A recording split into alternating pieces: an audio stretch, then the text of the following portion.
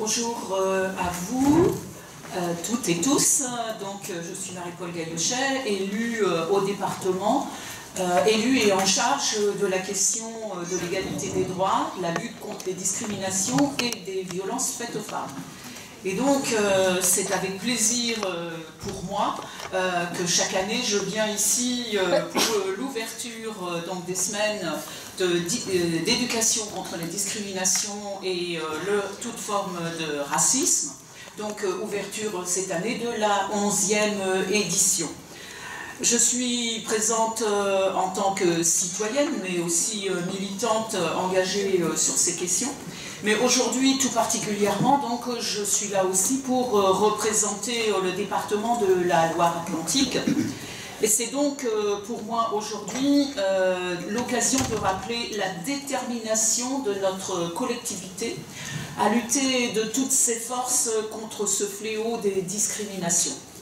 Nous agissons au quotidien et avec volonté dans ce combat qui peut parfois sembler sans fin, mais dont toutes et tous nous demeurons persuadés qu'il doit être mené et remporté.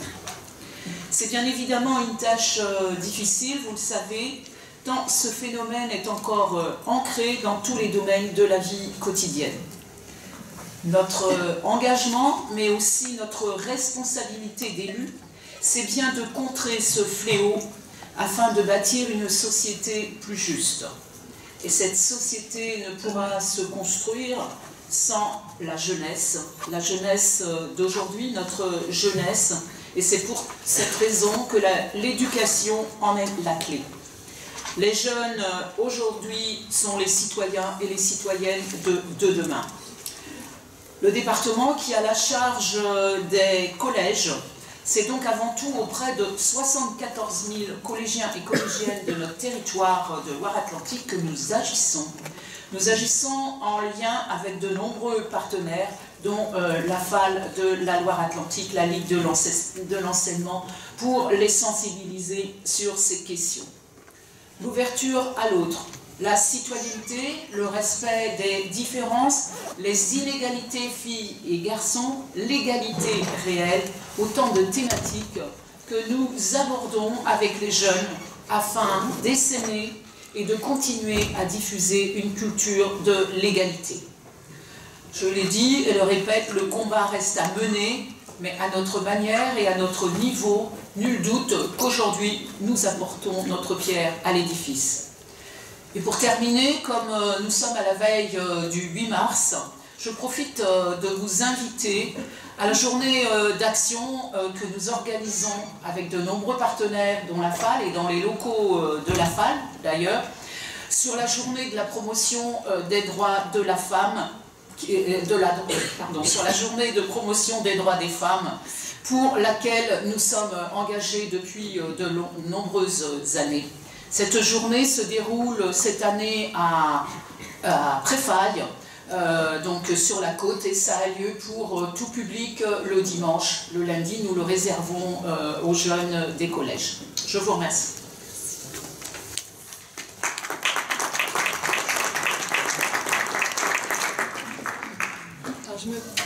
J'excuse pour la ville de Nantes, Aïcha Bassal, qui devait être à nos côtés ce matin et une assistante n'a pas pu se rendre disponible. Et je laisse donc la parole à Maurice Berthiaud pour la Ligue de l'enseignement. Mesdames, Messieurs, chers amis, bonjour. Je suis heureux de vous accueillir au nom de la Ligue de l'enseignement FAL 44 pour cette journée de formation qui ouvre la 11e édition des semaines d'éducation contre le racisme et toutes les formes de discrimination de Loire-Atlantique, les SECD pour faire plus simple. Je veux remercier très chaleureusement de sa présence et de son soutien Madame Gaillochet, qui représente donc le département. Excusez Madame Bassal de la ville de Nantes qui n'a pas pu se joindre à nous mais qui normalement devait être là ce matin. Il nous accompagne maintenant fidèlement depuis 11 ans dans l'organisation des SECD, ainsi que les représentants de l'État. Je remercie également le laboratoire d'Ukraine de l'Université de Nantes qui nous accueille et qui s'est associé à la construction de cette journée de formation. À travers le programme d'action proposé chaque année, les SECD permettent de sensibiliser les citoyens et citoyennes, le grand public, sur les préjugés, stéréotypes et discrimination. Suite à l'évaluation des 10 ans qui vous a été présentée l'an dernier, le collectif a souhaité revenir aux fondamentaux en nous recentrant vers les publics enfants et jeunes pour cette 11e édition. C'est d'ailleurs à eux que s'adressait la Semaine d'éducation contre le racisme, créée en 1989. D'où le choix d'ouvrir les SECD par cette journée de formation sur la thématique éducation et lutte contre les discriminations. Un choix qui résonne aussi avec l'anniversaire de la Convention internationale des droits de l'enfant, qui pose à la fois le droit des enfants à être protégés des discriminations dans son article 2 et également le rôle fondamental de l'éducation. C'est notre devoir, comme le disait déjà en 1791 Nicolas de Condorcet, penseur auquel la Ligue de l'enseignement se réfère très souvent. Laissez-moi vous citer un passage de son premier mémoire sur l'instruction publique, et je m'en excuse par avance auprès des femmes, du texte d'époque. On ne parle que des hommes. Il est encore une autre inégalité, donc je cite, il est encore une autre inégalité dont une instruction générale également répandue peut être le seul remède. Quand la loi a rendu tous les hommes égaux, la seule distinction qui les partage en plusieurs classes est celle qui naît de leur éducation. Il existera donc une distinction réelle qui ne sera point au pouvoir des lois de détruire et qui, établissant une séparation véritable entre ceux qui ont des lumières et ceux qui en sont privés, en fera nécessairement un instrument de pouvoir pour les uns et non un moyen de bonheur pour tous. Le devoir de la société, relativement à l'obligation d'étendre dans le fait, autant qu'il est possible, l'égalité des droits, consiste donc à procurer à chaque homme l'instruction nécessaire pour exercer les fonctions communes d'homme, de père de famille et de citoyen, pour en sentir, pour en connaître tous les devoirs. Fin de citation. C'est pour toutes ces raisons que nous avons retenu pour thématique cette journée de lancement des semaines, éducation et lutte contre les discriminations, avec la conviction que l'éducation est globale, portée par l'ensemble de la communauté éducative avec tous ses acteurs. En 2020, pour poursuivre les ponts dans et hors l'école, nous avons construit une fiche pédagogique pour décrypter la fiche des SECD, qui doit être voilà, derrière moi, en partenariat avec l'Académie de Nantes, que nous remercions pour son implication. 2020, c'est également l'année des 10 ans du service civique. La Ligue de l'enseignement est un acteur majeur de ce dispositif depuis sa mise en œuvre en mars 2010.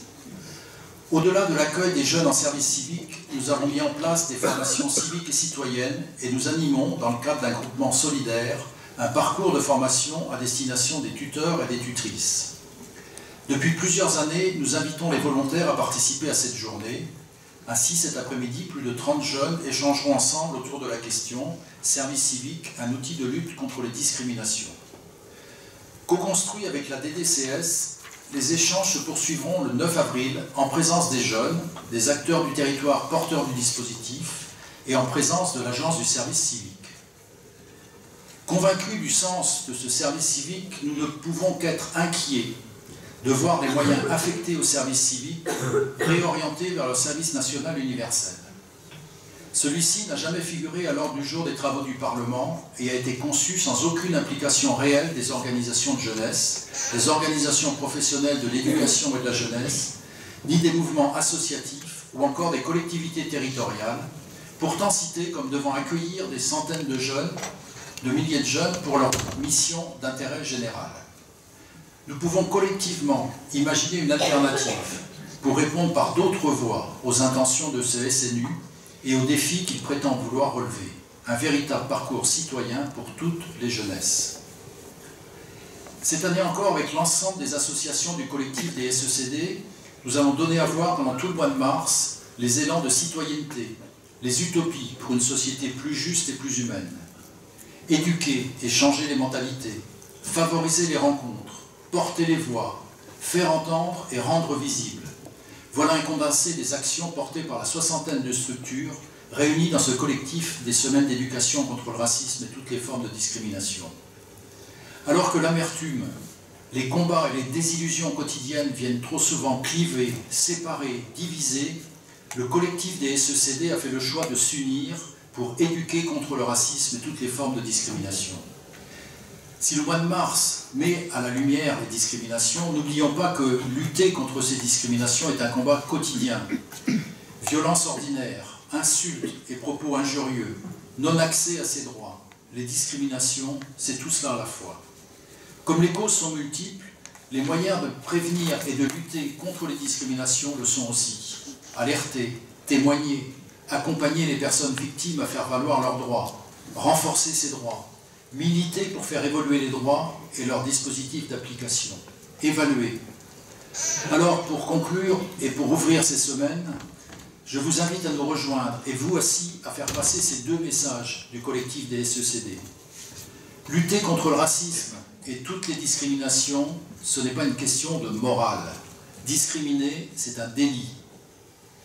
Et l'égalité républicaine n'est pas qu'un mot, elle doit se traduire en actes, et pour toutes et pour tous. Je vous souhaite une journée fructueuse et porteuse d'espoir.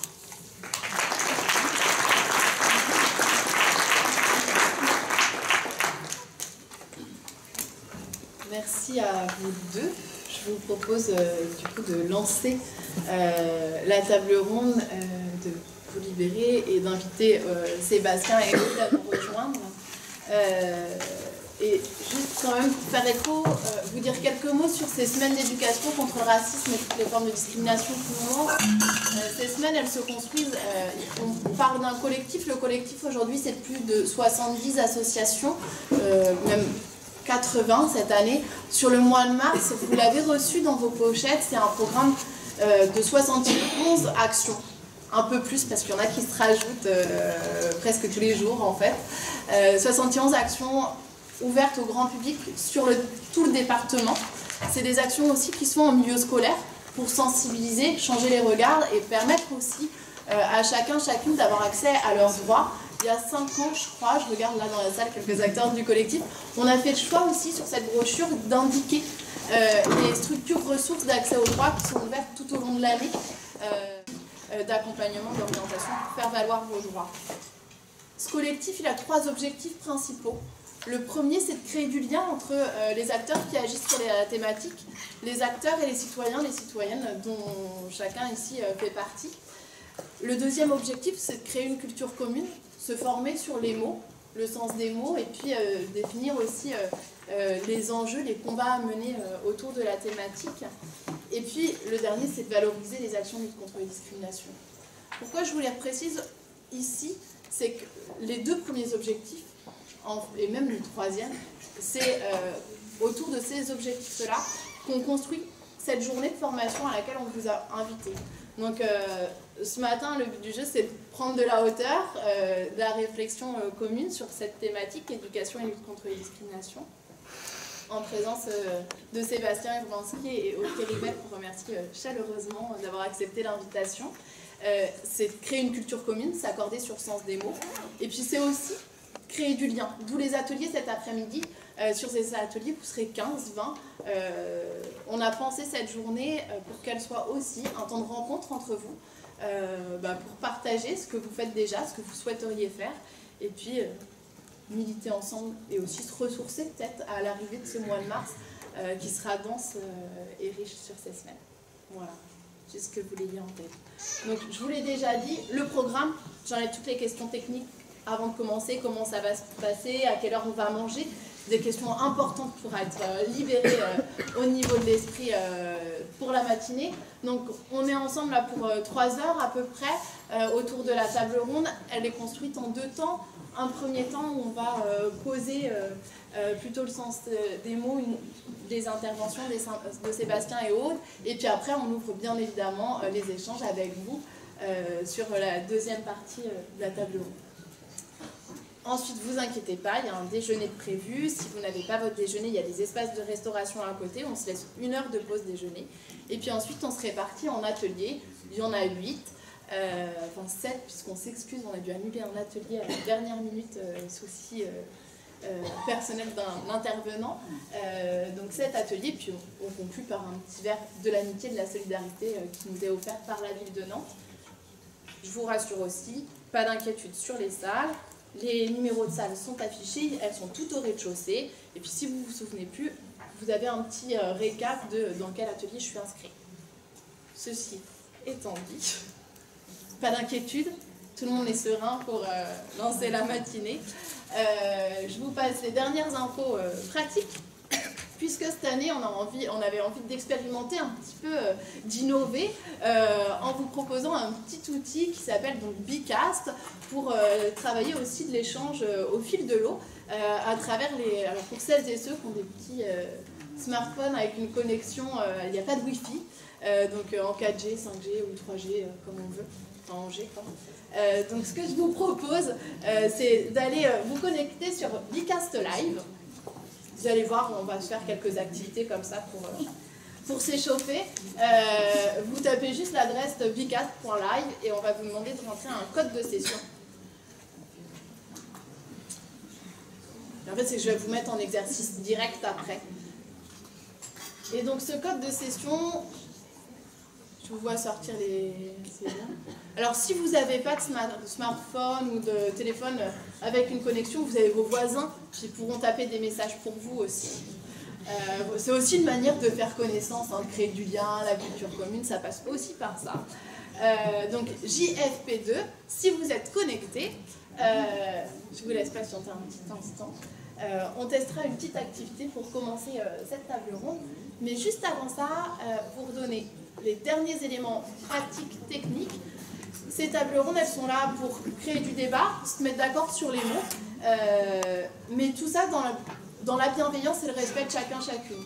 Le but du jeu de cette matinée, c'est pas forcément qu'on sorte toutes et tous d'accord, donc ça veut dire qu'on a le droit d'exprimer le désaccord, mais c'est important d'écouter et d'entendre les désaccords. Je vous invite aussi à faire attention dans l'écoute au comportement physique qu'on peut avoir quand on souffle, quand je prends la parole au micro et que tout le monde souffle. Ça veut aussi dire quelque chose, et sur la bienveillance, ça veut aussi dire quelque chose. On n'est plus trop dans de la bienveillance, donc être vigilant sur nos comportements là-dessus pour permettre l'expression de chacun et de chacune.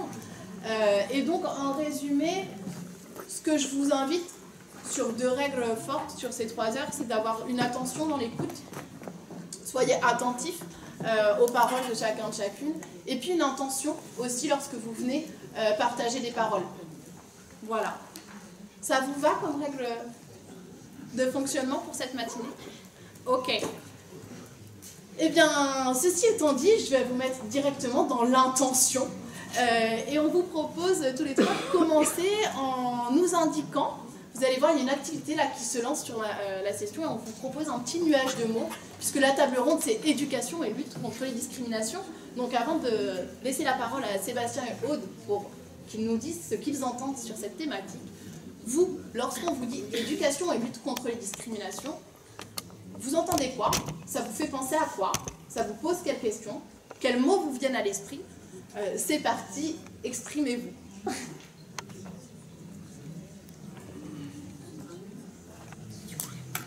Ouais, les mots viennent, alors on y va. Action, soit, égalité, jeunesse. Est-ce que vous voulez juste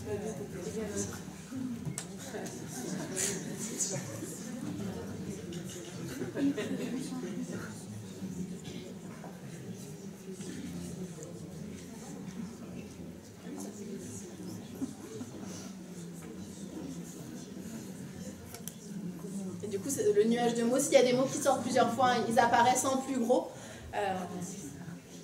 Ça nous fait une petite photographie.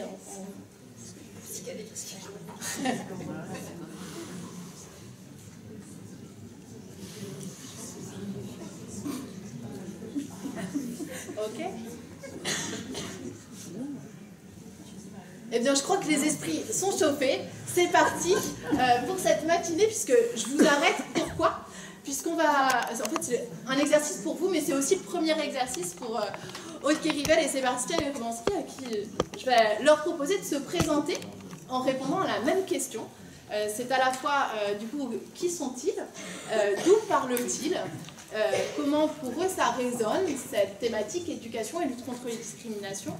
Et comment votre nuage de mots résonne chez eux?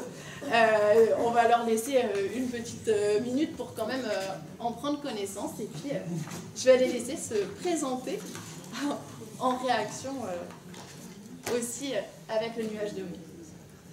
Est-ce qu'il y en a un qui souhaite commencer? Je peux vous laisser quelques minutes. C'est bon. Alors, pour me présenter, donc, je m'appelle Aude Kérivel. Je suis sociologue. Je travaille essentiellement sur les jeunes vulnérables et sur les questions de violence. Voilà, sur les jeunes, sur les jeunes en situation de vulnérabilité et les questions de violence, violence, harcèlement, etc. Et progressivement, du coup, j'en suis venue à travailler sur les questions d'inégalité et puis ensuite de discrimination. Donc j'ai travaillé dans plusieurs laboratoires de recherche et pendant 3 ans, j'ai travaillé à l'INJEP, l'Institut national de la jeunesse et de l'éducation populaire. J'étais responsable du pôle évaluation à la mission expérimentation et évaluation des politiques publiques. Et donc dans ce cadre-là, l'idée, ce n'était pas uniquement de faire de la recherche, mais c'était d'évaluer des dispositifs, en d'autres termes, de produire de la connaissance permettant de nourrir le terrain et nourrir les politiques publiques. Et donc, les sujets sur lesquels j'ai travaillé pendant 3 ans, c'était justement les questions de discrimination. Donc moi, je vais vous en parler en même temps d'un point de vue théorique, puisque moi, en tant que sociologue, mon objectif était de définir, de comprendre historiquement la place que la lutte contre les discriminations avait en France, là où on en était, et puis là où on en était surtout des actions, des politiques publiques.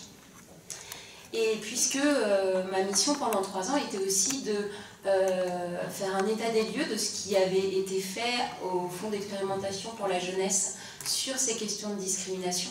Le Fonds d'expérimentation pour la jeunesse est un fonds qui existait pendant 10 ans, qui avait été mis en place par Martin Hirsch, qui visait à expérimenter des projets, des dispositifs à petite échelle pour potentiellement les mettre, les essaimer, les généraliser. Et donc, parmi l'un des objectifs à la base du FEJ, c'était de, alors pas lutter contre les discriminations, mais promouvoir l'égalité des chances.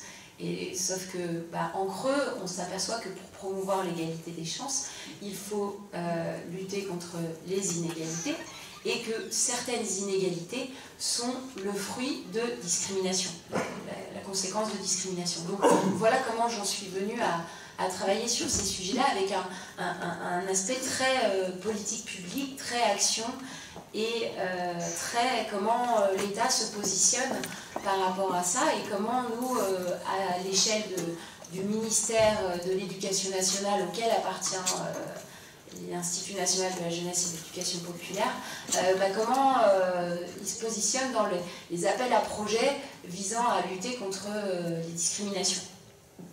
Donc voilà comment je me situe avec l'aspect chercheur, mais aussi l'aspect évaluateur de politique publique, et même du côté pendant 3 ans de celui qui lance des appels à projets. Et qui du coup est du côté de l'État, avec du coup la compréhension des enjeux et des rouages à ce niveau-là. Voilà. Merci beaucoup. Je crois que ça marche pas, mais il faut l'allumer. Du coup, là je me suis juste présentée, après réagir on fait après. Ouais. On va voir. Alors là, je me présente et puis ensuite tu réponds au mieux de nous. Ouais, comme tu veux. Très bien. Moi, non, donc très rapidement, je suis enseignant-chercheur, je suis maître de conférence à l'Université de Nantes, docteur en sociologie et chercheur en sciences de l'éducation. Et je travaille sur la laïcité, les religions en milieu scolaire et également les discriminations et le racisme en milieu scolaire, notamment à travers un projet de recherche qui dure depuis 2015 et qui contre le racisme, l'antisémitisme et la haine anti-LGBT. Je crois que c'est un soutien d'ailleurs aussi des journées, c'est pour ça que je le cite aussi. Bien, je te laisse répondre au mieux de nous. Ouais, je le remets. Déjà, alors, il y avait la première question que tu me posais, c'était de dire quels étaient, nous, les mots qui nous venaient quand on parlait éducation et, enfin, à partir des 2 termes, éducation et discrimination. Et bien, alors moi, tout de suite, ce qui me vient en tête, c'est de dire que, en effet, il faut éduquer aux discriminations, mais il ne faut pas éduquer que les jeunes, parce que les jeunes sont souvent, pour certains, victimes de discrimination. Et en tant que victimes, ils n'ont malheureusement pas beaucoup de pouvoir d'agir, pas beaucoup de marge de manœuvre. Et pour moi, cette éducation, elle doit être faite en direction de ceux qui ont du pouvoir d'agir, le pouvoir de donner un emploi, le pouvoir de donner un logement, le pouvoir de proposer une formation et d'accepter en formation, et que du coup c'est une éducation qui ne doit pas être en direction des jeunes. Alors si, bien sûr, parce que les jeunes d'aujourd'hui sont les futurs employeurs de demain, sont les futurs adultes de demain qui pourront potentiellement peut-être discriminer les futurs jeunes de demain, mais pour moi l'éducation elle doit viser aujourd'hui ceux qui ont le pouvoir de discriminer. Parce que ça a été dit, c'est une catégorie juridique, la discrimination, c'est un délit qui est encore aujourd'hui trop peu puni, pour différentes raisons sur lesquelles je reviendrai plus tard peut-être. Et du coup, il faut que ce travail sur les discriminations, cette sensibilisation, soit faite avant tout en direction de ceux qui discriminent. C'est la première chose qui me vient, au regard de mes travaux et de mon expérience. Alors, le mot qui revient, le mot qui est le plus fort, c'est celui de vivre ensemble. Alors du coup, ça va être très subjectif ce que je vais dire, mais c'est vrai que le terme vivre ensemble, c'est un petit peu celui qui met tout le monde d'accord, qui est assez consensuel. C'est-à-dire que il n'y a pas voilà, on vit ensemble, il n'y a pas trop de prise de risque en disant cela. Et souvent, Fabrice Dume l'a beaucoup dit dans ses travaux sur la question des discriminations raciales à l'école. Il y a des directives européennes qui mettent en avant le fait que voilà, les États doivent lutter contre les discriminations raciales. Et progressivement, on s'est retrouvé avec une multitude de critères qui a pu parfois faire oublier les critères qui étaient les plus prégnants dans les processus de discrimination. C'est-à-dire, en gros, aujourd'hui, les discriminations répétées sont majoritairement sur des questions de couleur de peau, de race, de lieu de résidence, mais il y a peu de recherche en ce moment parce que c'est un critère qui est nouveau. Et du coup, le fait d'avoir un certain nombre de critères, ça tend à mettre tous les critères sur le même niveau.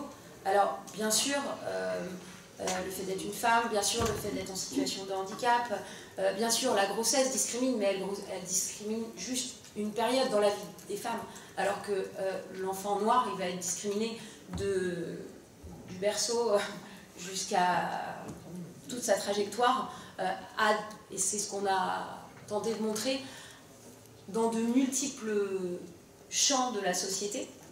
Et donc, ce sont vraiment des expériences qui sont répétées, je tiens à le dire. Et donc, le mot vivre ensemble, pour moi, il met plein de choses ensemble, et en mettant trop de choses ensemble, du coup, on n'hiérarchise pas ou on oublie les choses qui sont importantes. Je reviens sur les propos de Fabrice Dume, qui observe qu'il y a cette demande de travailler sur la question des discriminations raciales à l'éducation nationale, et on s'aperçoit que tous les dispositifs se transforment pour être plutôt travailler sur le vivre ensemble, et puis finalement travailler sur l'égalité filles-garçons. Je dis pas que c'est pas bien, mais je dis simplement que du coup, le ciblage du départ, on l'a oublié. Et donc vivre ensemble, ça me fait penser un petit peu à ça. Alors moi, je vais pas aller sur le plus gros mot, mais plutôt je vais aller sur le côté droit. Là, il me semble avoir vu différence, par exemple. Alors différence au pluriel et différence au singulier, il y a les deux. Et puis également citoyen. Alors, comme ça me permet de parler un petit peu de ce que je connais, pas forcément le mieux, mais c'est un thème que je travaille beaucoup, c'est la question de la République, des valeurs de la République et de la laïcité. C'est-à-dire que la laïcité, en lien avec les différences, on peut dire, par exemple, certains chercheurs le disent, certains politiques également, la laïcité c'est l'indifférence aux différences, c'est ne pas prendre en compte les différences.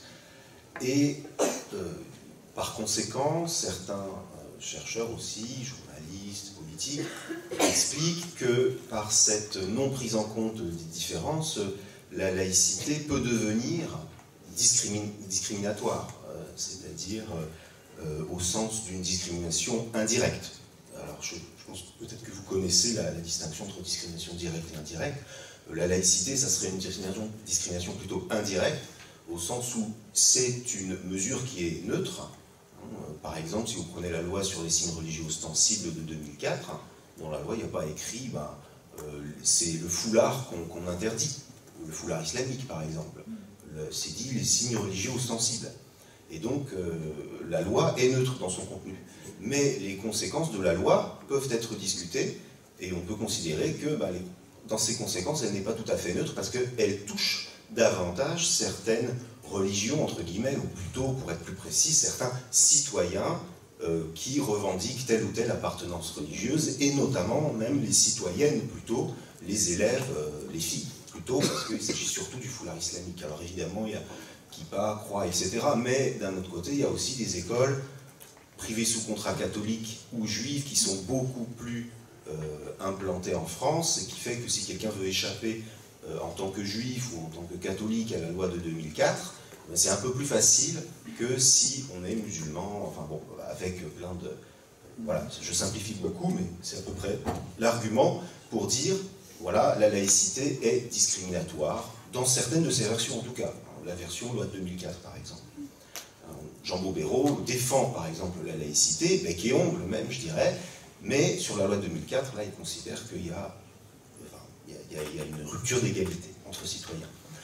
D'un autre côté, je voudrais quand même souligner que cette laïcité française qui ne prend pas en compte les différences, elle a aussi certains avantages. D'un côté, elle est émancipatoire, comme on le dit parfois, et ça se voit surtout si on compare avec d'autres pays européens.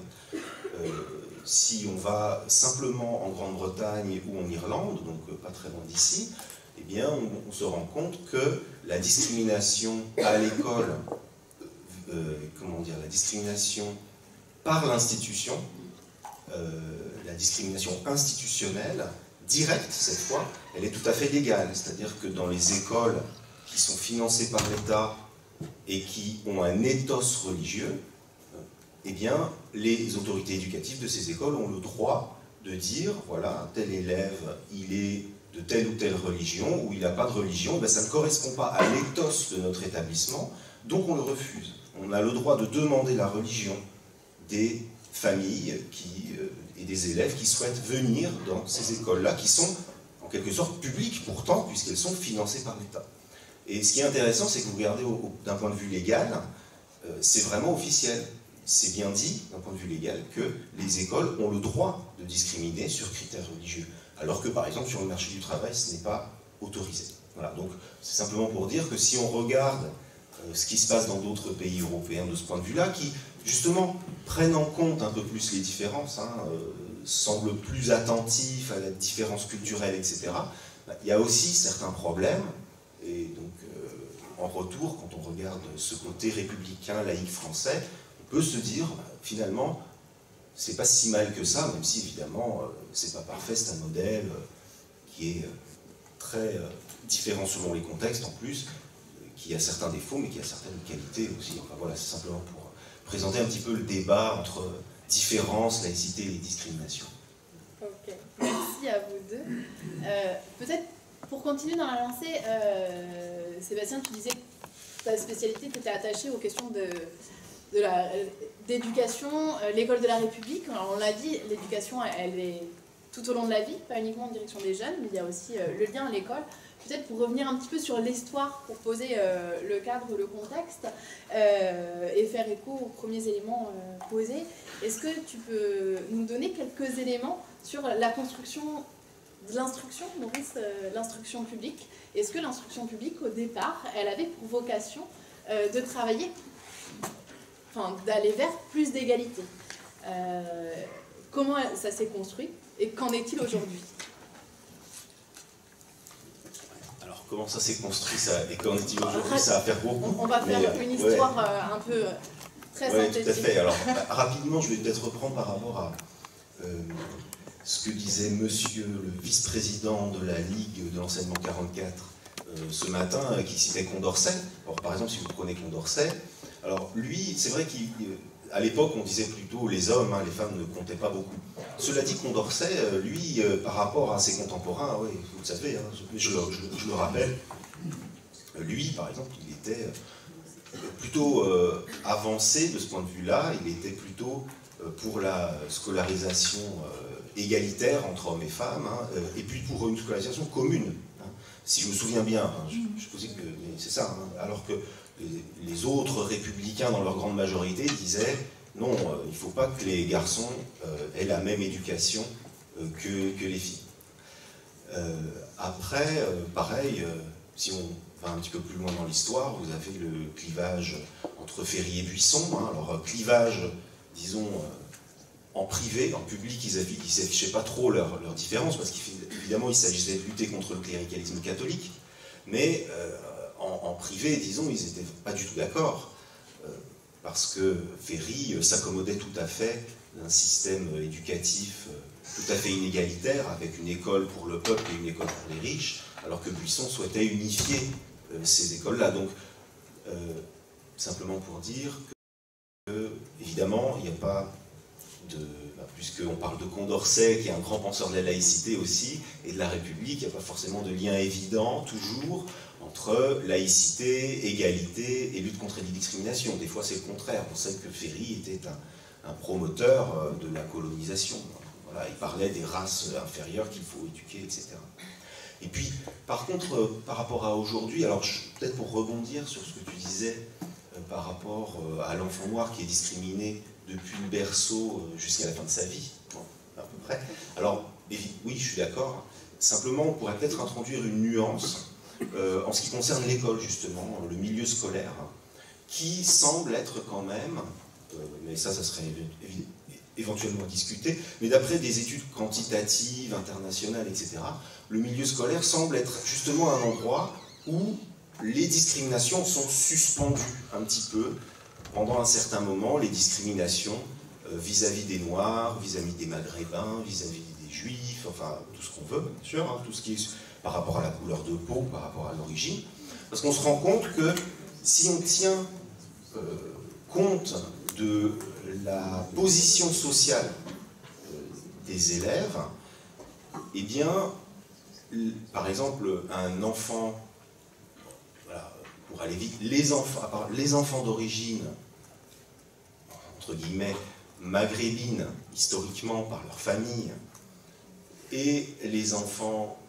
qui sont nés ici et qui sont de familles françaises depuis très longtemps, et si on prend ces enfants-là et qu'on contrôle leur milieu social économique, eh bien on se rend compte que les enfants, les élèves issus de familles maghrébines, nord-africaines, ne réussissent pas moins bien à l'école. Ils ne réussissent pas moins bien à l'école, ils ne sont pas moins motivés. Donc de ce point de vue-là, si on parle simplement de cela, de la réussite scolaire, il ne semble pas y avoir de très grande discrimination, quoique ça dépend beaucoup des pays, ça dépend des origines des élèves. Par exemple, on explique dans certains travaux que les élèves qui viennent de très très loin, sud-asiatiques, ou ceux qui viennent d'Afrique et qui sont au Canada, par exemple, ils ont dû parcourir un très long trajet, et donc ils sont sélectionnés en quelque sorte. Donc ils arrivent dans ces pays-là avec déjà une espèce de motivation qui fait qu'ils sont déjà sélectionnés, et donc ils réussissent souvent même mieux que ceux qui sont nés au pays et qui sont de ce pays-là depuis très longtemps. Oui, justement, vous pouvez parler de suspension dans le milieu scolaire, on sait très bien que le racisme il joue à plein. Oui. Après, il y a la question des violences. C'est pour ça que je disais, oui. C'est hallucinant. Enfin, je trouve que cette affirmation elle est un peu étonnante, déroutante et que c'est un raccourci en fait. Alors c'est pour ça que je disais que c'est simplement si on se place du point de vue des inégalités de réussite, hein, parce que la question c'était par rapport aux inégalités de réussite. Et au sens statistique, Et si on contrôle le milieu social, c'est-à-dire que, au sens, par exemple, on sait bien que les enfants de milieux défavorisés réussissent moins bien que les enfants de milieux favorisés. Et donc, le raccourci qu'on fait parfois, c'est par exemple, ceux qui sont de couleur réussissent moins bien parce qu'ils sont de couleur et parce qu'ils sont discriminés. Alors, c'est vrai, il y a des cas de discrimination qui sont très fréquents, mais en termes de réussite sociale, c'est surtout l'origine sociale qui joue. Le fait que les Noirs et les Maghrébins, pour aller vite, sont plus pauvres. Le plus pauvres, de milieux plus défavorisés, de quartiers enclavés, des choses de ce type-là. Voilà. Après, ça n'empêche que, évidemment, après, quand vous parlez de, si vous parlez de situation scolaire, voilà. Moi, c'est des travaux qui sont, Alors, ce que je voulais dire, alors par contre, pour répondre, mais je pense qu'on n'est pas forcément en désaccord, dans ces travaux que je cite, je ne vais pas vous donner les références forcément, parce que c'est pas... En plus, il faudrait que je les note, mais il y a une hypothèse qui est formulée, parfois, il y a des élèves qui réussissent, qui viennent de loin et qui réussissent mieux que les natifs. Alors, je parle de travaux anglo-saxons en plus, donc là-bas ils n'hésitent pas à dire les natifs, les noirs, les maghrébins, etc. Ils parlent de race, hein, alors qu'en France on parle moins de ça. Il est possible que parfois les élèves qui viennent d'autres pays, qui sont d'origine lointaine, réussissent mieux parce qu'ils essayent d'anticiper les discriminations auxquelles ils auront à faire face sur le marché du travail, sur le marché de l'emploi. Et en ce sens-là, je veux dire simplement, quand on compare, par exemple, sur le marché de l'emploi, sur le marché du logement, là, les discriminations jouent beaucoup plus qu'à l'école, en termes de réussite scolaire. C'est simplement ça que je voulais dire. C'est pas de dire, à l'école, d'un seul coup, paf, il n'y a plus de discrimination, il ne se passe plus rien, il y a plus... Voilà, sinon, je ne travaillerai pas sur le sujet, par exemple, dans ce projet que je vais présenter tout à l'heure. Mais par contre, suspendu, oui, relativement suspendu, si on compare à l'entrée sur le marché de l'emploi. Ou le logement, par exemple. Là c'est...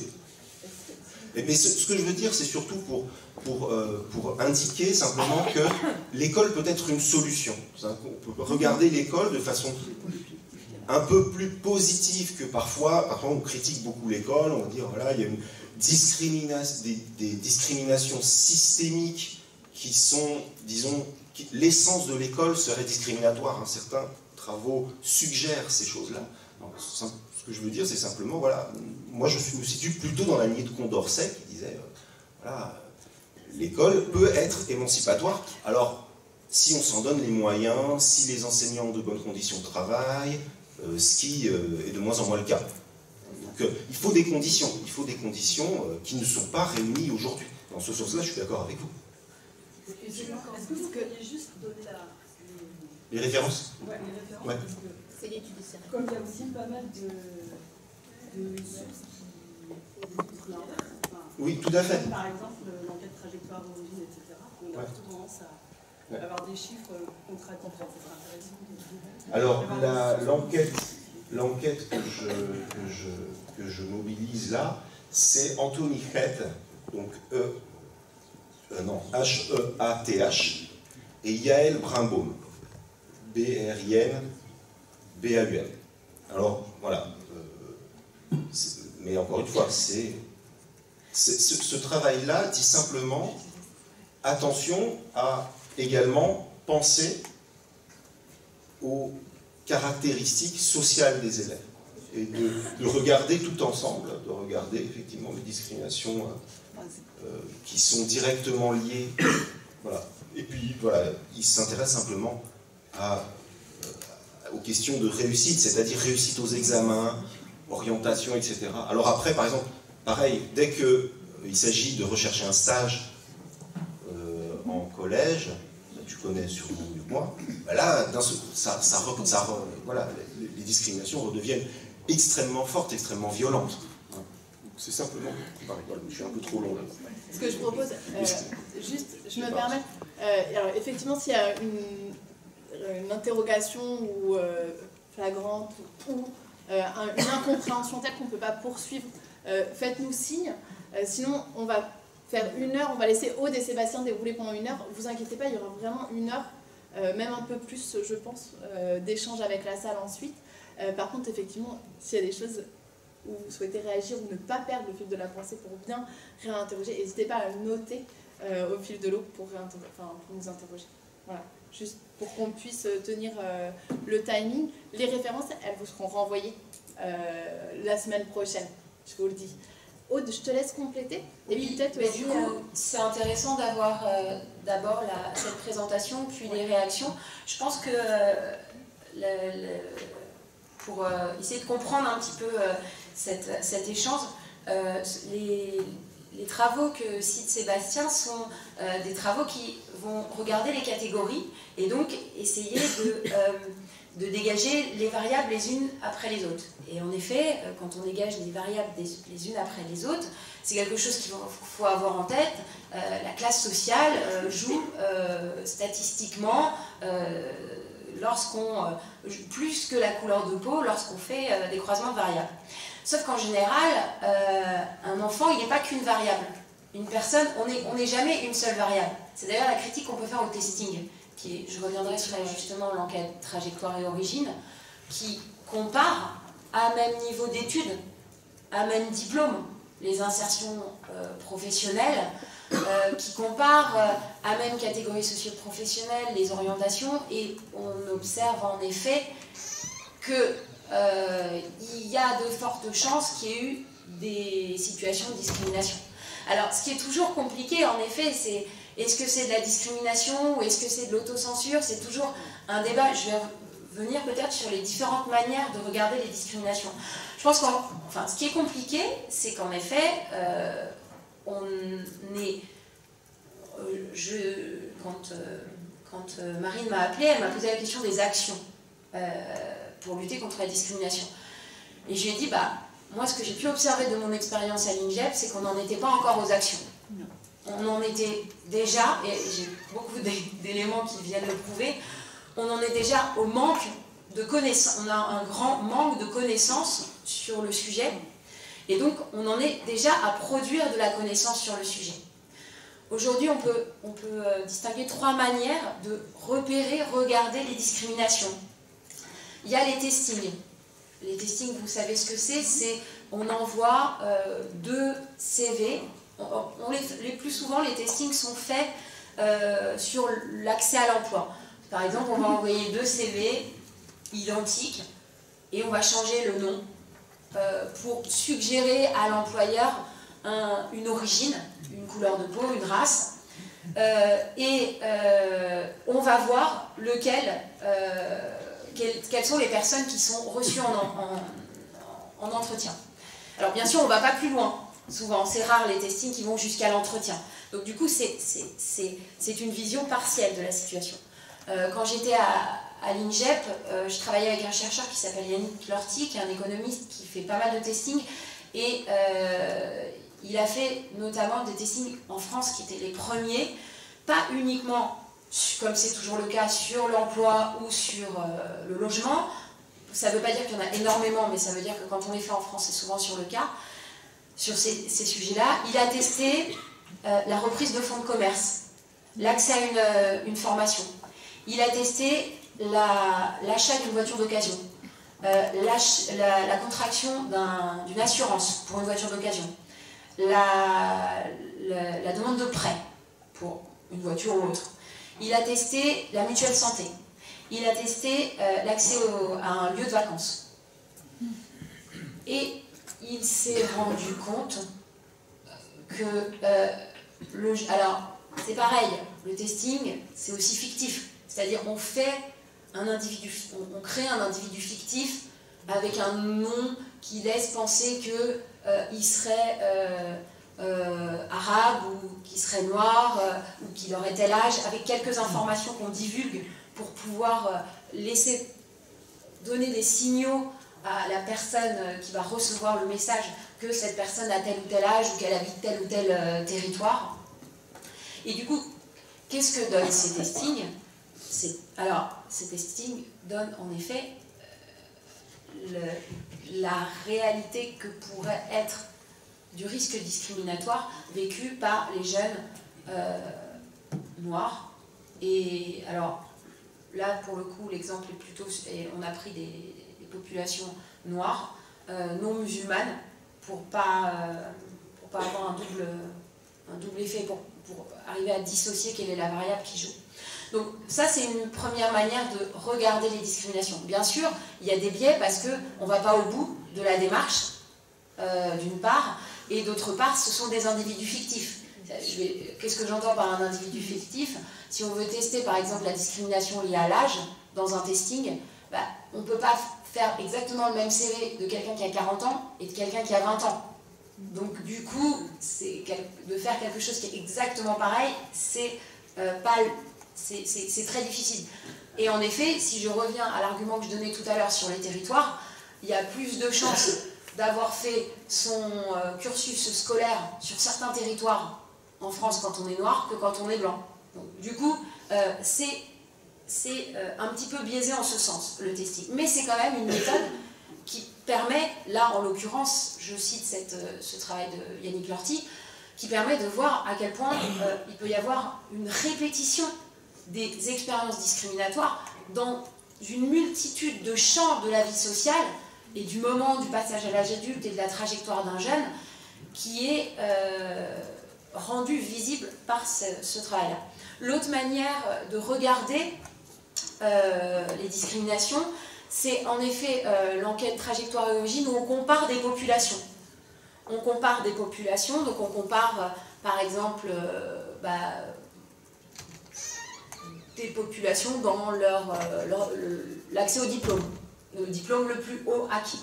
Et donc on regarde, en regardant toutes choses égales par ailleurs des populations, on voit qu'il y a, quand il y a la variable couleur de peau, origine, expérience migratoire, on voit qu'il y a quand même une différence dans l'accès au diplôme, puis dans l'accès à l'emploi. Donc, on fait l'hypothèse d'une discrimination. Là encore, c'est biaisé, c'est une hypothèse. Je vais prendre un exemple sur lequel j'ai travaillé, la question de l'apprentissage versus lycée professionnel.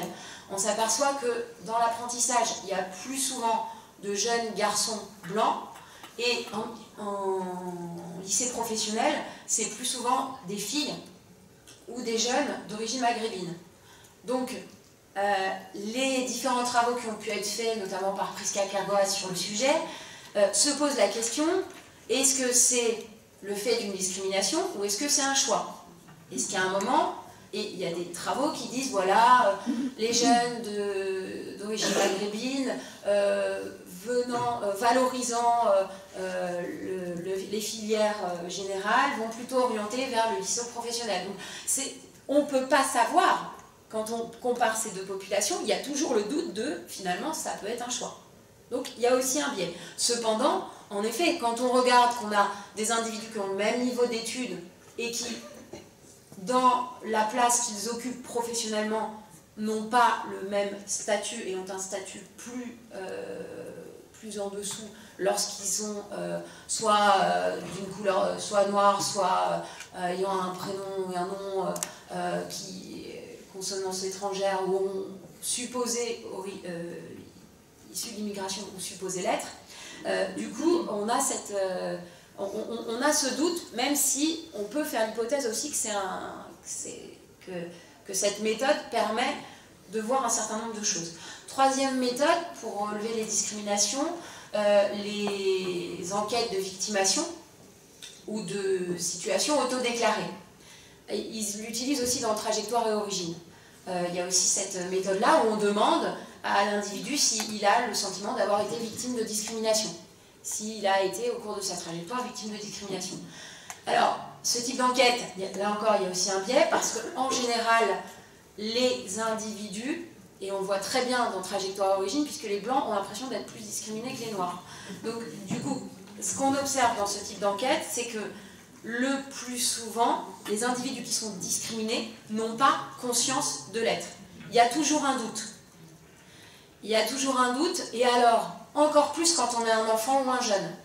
Et quand on entre dans le milieu professionnel, et que du coup, évidemment, l'employeur ne va pas dire « je te discrimine pour ta couleur de peau », il va trouver un certain nombre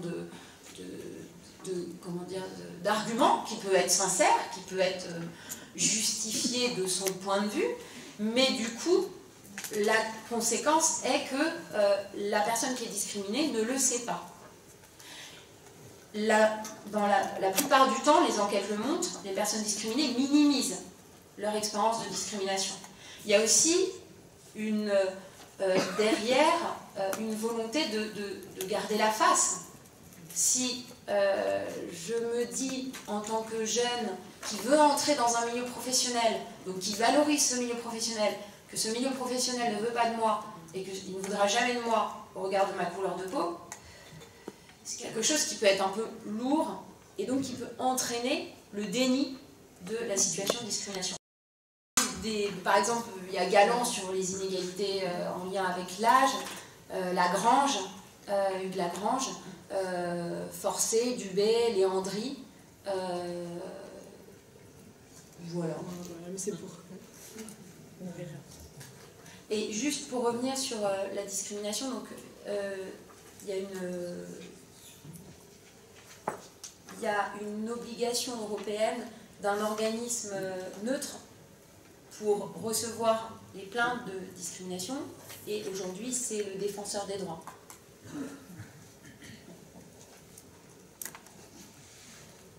Oui, alors je vais essayer peut-être de faire la clarification des mots en lien avec la discussion qu'on a commencé à avoir.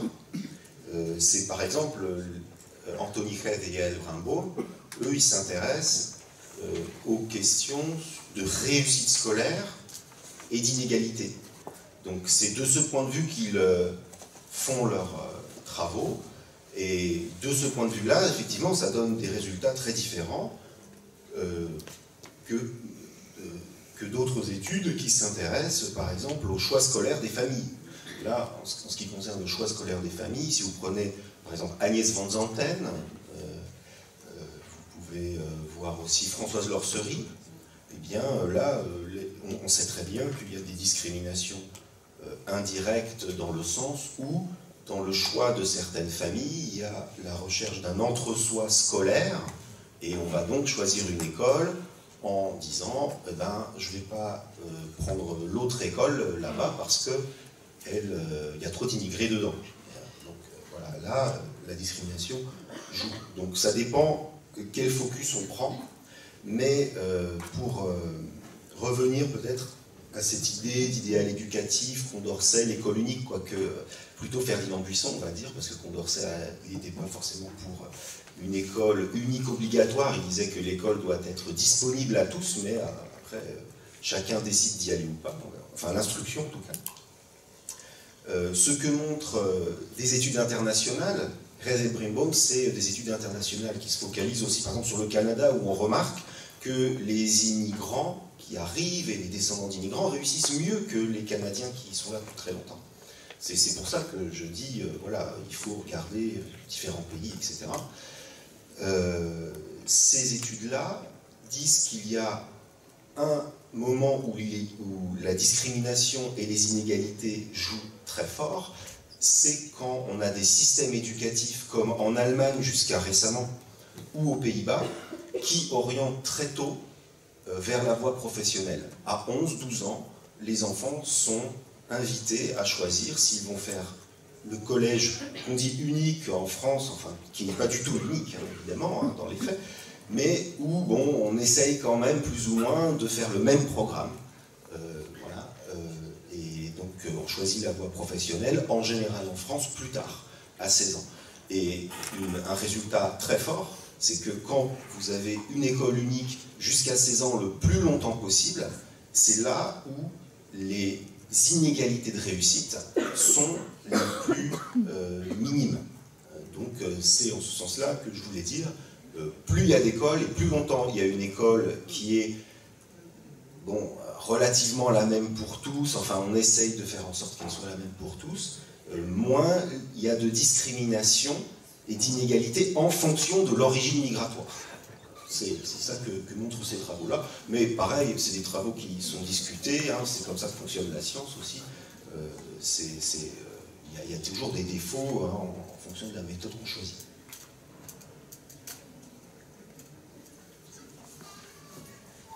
Eh ben, on a beaucoup parlé d'éducation sur l'angle école. On l'a dit, vous l'avez dit, et ça a été dit en introduction, l'éducation, et puis dans la salle, il y a beaucoup d'acteurs aussi de l'éducation populaire. L'éducation, elle se traduit tout au long de la vie, pour toutes et par tous. Et puis il y a aussi l'enjeu de comment on travaille cette question, uniquement bien sûr les jeunes. Aude, peut-être tu peux nous faire aujourd'hui un petit état des lieux sur comment la question de l'éducation et la lutte contre les discriminations, ou du moins comment la lutte contre les discriminations, elle est traversée dans le champ de l'éducation populaire. Est-ce qu'elle est traversée dans le champ de l'éducation populaire? Comment? Alors, je ne prétends pas avoir une vision globale de l'ensemble de ce qui se passe dans le pays, etc. Simplement, je vais parler de mon expérience au ministère de l'Éducation nationale, à l'Institut national de la jeunesse et de l'éducation populaire, où donc nous avons travaillé sur les questions de discrimination et nous avons récemment lancé un appel à projet sur les discriminations raciales. Et alors, on avait intitulé cet appel à projet des projets visant à lutter contre les discriminations liées à la couleur de peau ou l'origine ethnique supposée et liées au lieu de résidence. Pourquoi on avait lancé cet appel à projet? C'était suite aux différents testings, études que l'on avait menées et que j'avais eu l'occasion de mener en tant que chercheur avant d'arriver à ces fonctions-là.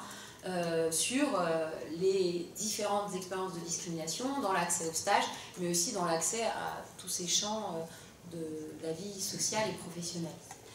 Donc on a lancé cet appel à projet et en fait on s'est retrouvé avec plus de projets sur les inégalités et très peu de projets qui ciblaient réellement les questions de discrimination. Et alors en plus, on s'est retrouvé avec une grande partie de projets sur les inégalités filles-garçons. Encore une fois, j'ai rien du tout contre, vraiment. C'est juste que c'était pas le cœur du sujet. Il y a Marlène Schiappa qui s'en occupe, nous on était un autre ministère, on pouvait faire autre chose, bref. Et donc en fait on s'est beaucoup interrogé là-dessus, et je pense que c'est intéressant de se poser la question de la place des acteurs que l'on sollicite. C'est qu'en effet, ces appels à projets du Fonds d'expérimentation pour la jeunesse s'adressent à des acteurs de l'éducation, de la formation, de l'insertion professionnelle, de l'éducation populaire. Et en fait, rares sont ceux qui ont les moyens réels d'agir. Alors je vais citer une action. Alors, il y a un porteur de projet qui est dans la salle, alors du coup il va dire elle pense que c'est pas de la discrimination, c'est sur comment on travaille. Si, vous travaillez aussi sur la discrimination, mais on n'est pas dans un effet mesurable. Il y a une action qui est portée par une mission locale qui va former des professionnels. Les professionnels qui vont, mais pas des entreprises. L'objectif de cette mission locale, c'est de former les entreprises qui vont recruter leurs jeunes. Donc là, on cible la population qui discrimine, à savoir les employeurs.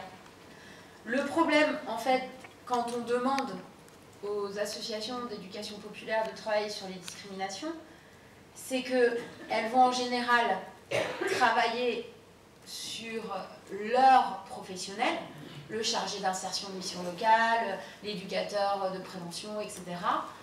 Je ne dis pas qu'il ne faut pas le faire, mais le travail va être plutôt sur les questions de stéréotypes, plutôt sur les questions de racisme éventuellement. Mais difficilement sur les questions de discrimination, parce que ce ne sont pas, in fine, eux qui discriminent. Alors, si dans une approche systémique, ils peuvent, dans cette idée d'une discrimination processuelle, le chargé d'insertion qui sait très bien que telle entreprise discrimine, il va faire en sorte de dire aux jeunes d'aller plutôt postuler dans telle autre entreprise. Donc, pour protéger, il peut d'une certaine manière avoir une attitude inégalitaire avec un jeune, mais in fine, ceux qui discriminent, ce sont, comme je le disais au départ, ce sont les employeurs dans l'insertion professionnelle. Et donc du coup, il y a un défaut de pouvoir d'agir des professionnels, comment dire,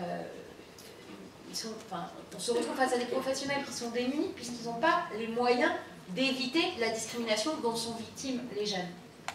Alors, il y a des actions qui le permettent, mais majoritairement, au final, les actions labellisées discrimination, je suis bien placée pour le savoir, puisqu'on en a labellisé 15, au final, elles ne traitent pas de la discrimination. Mais pourquoi elles ne traitent pas de la discrimination? Parce que les personnes qu'elles visent ne sont pas les acteurs principaux de ces discriminations. Et il y a un phénomène que j'évoquais avec Marine au téléphone, en effet, de parfois on se retrouve du coup face à ces acteurs qui nient ou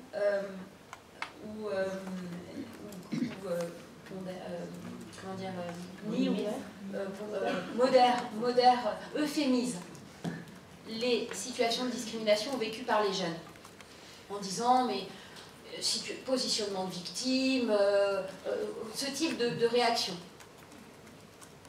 Ce type de réaction, comment on peut l'expliquer? Parce que si on échange avec ces professionnels, en général, on leur montre les faits, en donnant les exemples des études dont je vous ai un petit peu parlé. Il y a une discrimination qui est réelle, et une discrimination répétée dans les trajectoires de jeunes noirs, de couleur de peau noire, ou ayant des noms à consonance maghrébine, par exemple, pour prendre les deux exemples des enquêtes sur lesquelles on a travaillé. Mais il y a une euphémisation liée justement au fait de ne pas pouvoir agir. Comme je ne peux rien faire, ben je minimise, parce que sinon c'est trop dur de travailler. Je fais le parallèle avec mes travaux sur le harcèlement à l'école. J'ai travaillé pendant une douzaine d'années sur le harcèlement à l'école, et il y a 15 ans, vous allez rencontrer les enseignants. La majorité vous disait que le harcèlement à l'école, il n'y en avait pas dans leur classe, il n'y en avait pas dans leur école.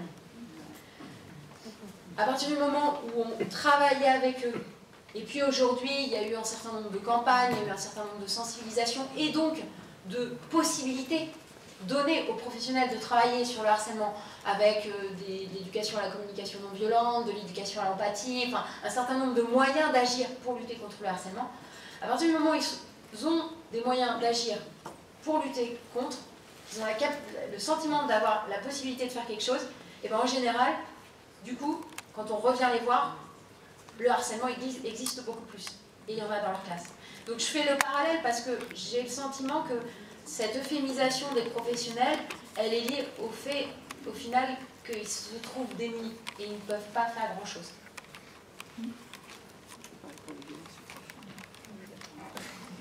Est-ce que du coup, le champ de la... Parce que, est-ce que dans l'appel à projet le fait, le champ de la formation, c'est un outil à la destination des professionnels et des acteurs?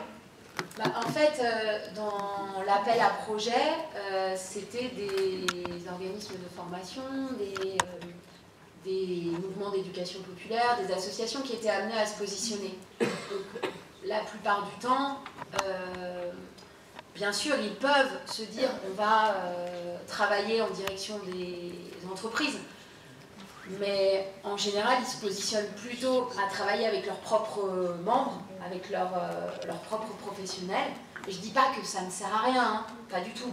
Mais on est plutôt sur quelque chose qui vise à lever les stéréotypes, à travailler sur les stéréotypes, que véritablement lutter contre les discriminations. Ça ne veut pas dire que ça en fait pas partie globalement, mais le sujet, le cœur du sujet, je ne sais pas si les mouvements d'éducation populaire ont autant la main dessus que cela.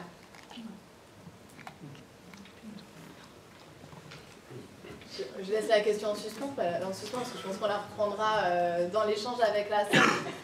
Et peut-être du coup, ce que je propose, c'est qu'on aille regarder comment les professionnels de l'éducation nationale se saisissent de ces questions à travers une présentation de l'étude Redisco. Et pour ouvrir ensuite sur ces deux éléments l'échange avec la salle. Peut-être avant, si... Non, c'était juste une question complémentaire par rapport à ce que vous disiez par rapport à la problématique de la formation de l'appel à projet. Je me pose la question de est-ce qu'il y a eu une proposition qui a été faite auprès des entreprises, des associations d'entreprises pour travailler sur ces sujets-là? Logiquement, c'est ouvert à tous. Sauf que le réseau étant celui de la jeunesse, les entreprises ne se positionnent pas. Elles auraient la possibilité de se positionner. C'est juste pour rebondir par rapport à ce que tu disais, le côté, est-ce que quand les professionnels sentent qu'ils peuvent faire quelque chose, ils agissent, et puis s'ils sentent qu'ils sont impuissants, ils vont avoir tendance à minimiser. Et effectivement, il y a une dimension au-delà de la formation qui est extrêmement importante, je pense, en tout cas en ce qui concerne le milieu scolaire, qui m'intéresse le plus dans mes recherches, ce sont les conditions de travail. Les conditions de travail des enseignants. Au-delà de la formation, il faut qu'un enseignant puisse dialoguer avec ses collègues, il faut qu'il puisse y avoir des espaces de convivialité, pas seulement pour boire un café pas seulement pour des choses futiles, mais aussi pour pouvoir éventuellement se mettre en désaccord et se disputer à propos de telle ou telle chose qu'il faut faire ou ne faudrait pas faire. Il faut que les enseignants ne se sentent pas constamment évalués également. S'ils se sentent évalués, ils vont avoir tendance justement à étouffer ce qu'ils n'arrivent pas forcément à faire, alors que dans une ambiance, dans un environnement bienveillant, on peut dire, voilà, j'ai un problème avec tel élève, il y a un problème de discrimination qui se pose dans ma classe, et donc, qu'est-ce que je peux faire, je n'y arrive pas, est-ce que tu peux m'aider, etc., etc. Voilà, la question des conditions de travail, et ce qui renvoie aussi évidemment à des questions politiques très actuelles, mais ça, je ne vais pas en parler évidemment. Alors, voilà.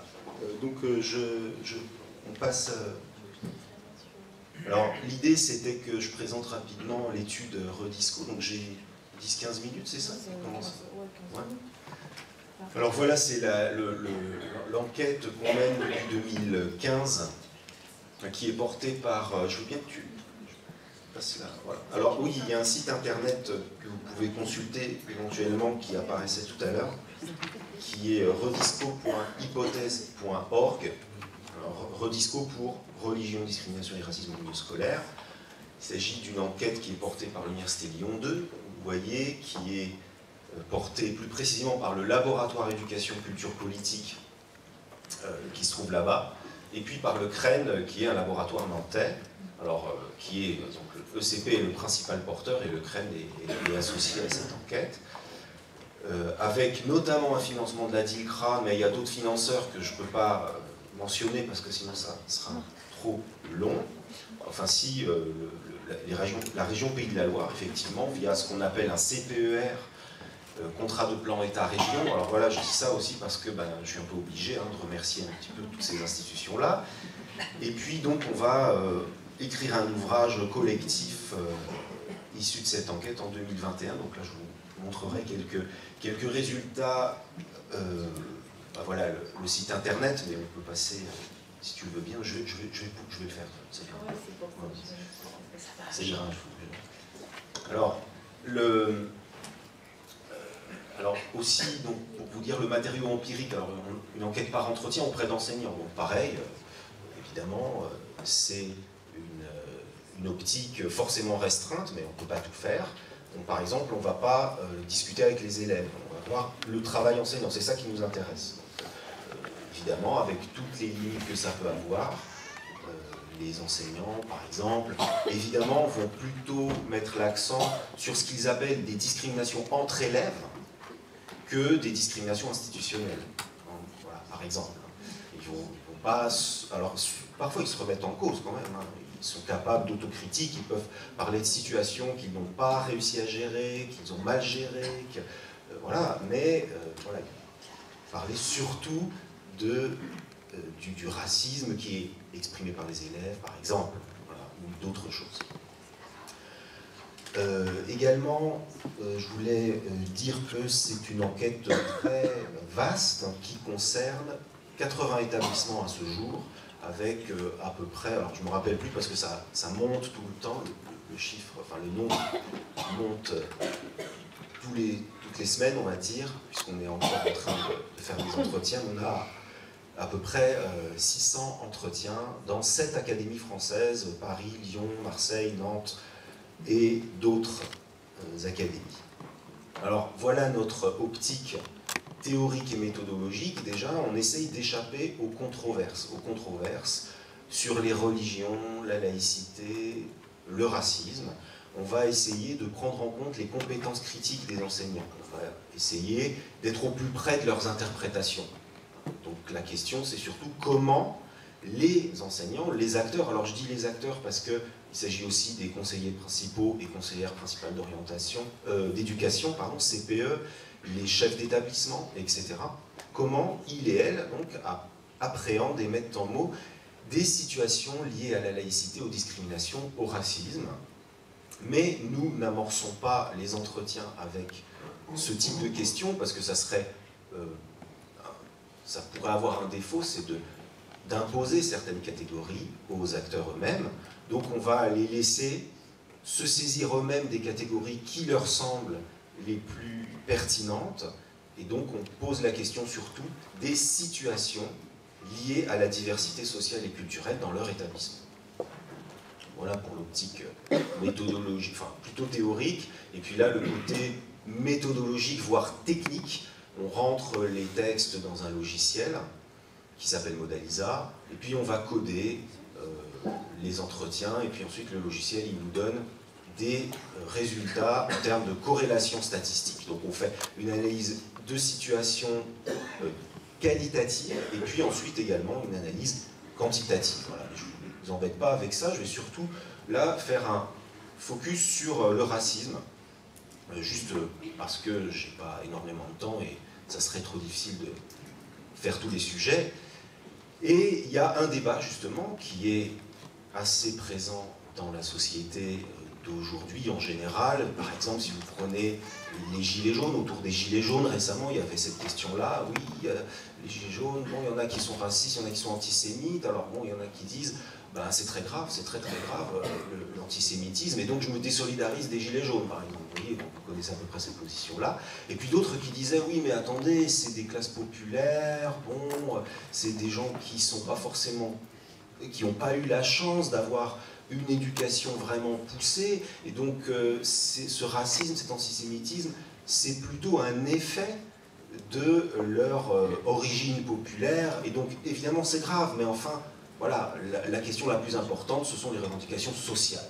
Donc voilà la question qui se pose, et on ne prend pas position là-dessus, parce que justement les enseignants vont aussi se situer d'un côté ou de l'autre du débat, et la question donc, du débat qui peut se résumer ainsi, le racisme doit-il être considéré comme un acte immoral, ou plutôt comme une manifestation de l'ignorance, sachant bien entendu qu'on peut très bien considérer que c'est les deux en même temps.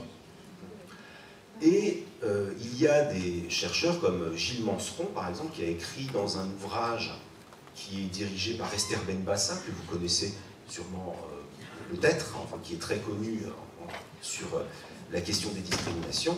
Il dit, au travail, à certains moments, même quand il y a du racisme, l'antidote le plus approprié face aux manifestations d'exclusion, racistes, discriminatoires, consiste à s'attacher à faire simplement l'expérience pratique du vivre ensemble, ce qui d'ailleurs renvoie un peu à ce que tu disais. Est-ce que ça suffit, cette expérience pratique du vivre ensemble?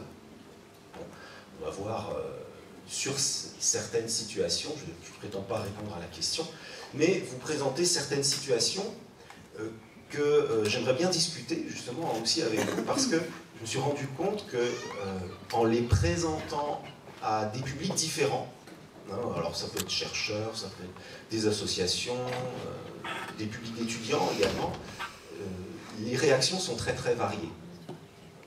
Et donc voilà la situation. Alors on n'a pas la situation, on n'a pas accès directement à la situation, c'est un témoignage d'enseignants, ici d'histoire, géographie, et je précise que c'est un collège de milieu rural ou semi-rural. Et il explique, à Londres l'an dernier, on a bien senti, pour certains élèves, qu'ils avaient peur d'y aller dans ces familles-là. L'aspect des personnes qui allaient les accueillir leur faisait peur. 3-4 familles au moins. Ils avaient une méfiance. Je pense que c'est du racisme. On ne peut pas dire que ce n'est pas du racisme, mais c'est du racisme inconscient. C'est pas conscient, c'est inscrit, et ce n'est pas une volonté de violence de la part des gamins. Ils comparaient les Noirs à des singes.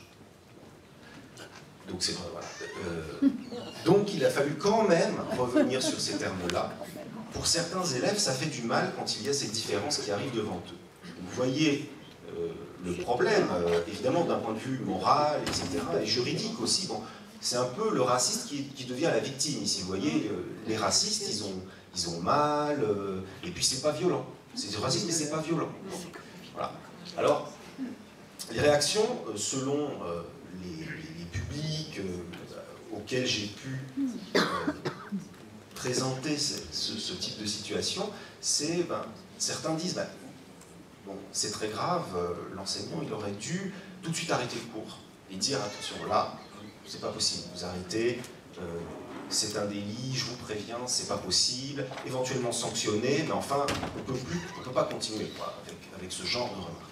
Et puis d'autres qui disent, oui, mais attendez, si on est en milieu rural, effectivement, c'est pas forcément évident. Et puis, pour ces élèves, ils vont avoir des réactions bêtes.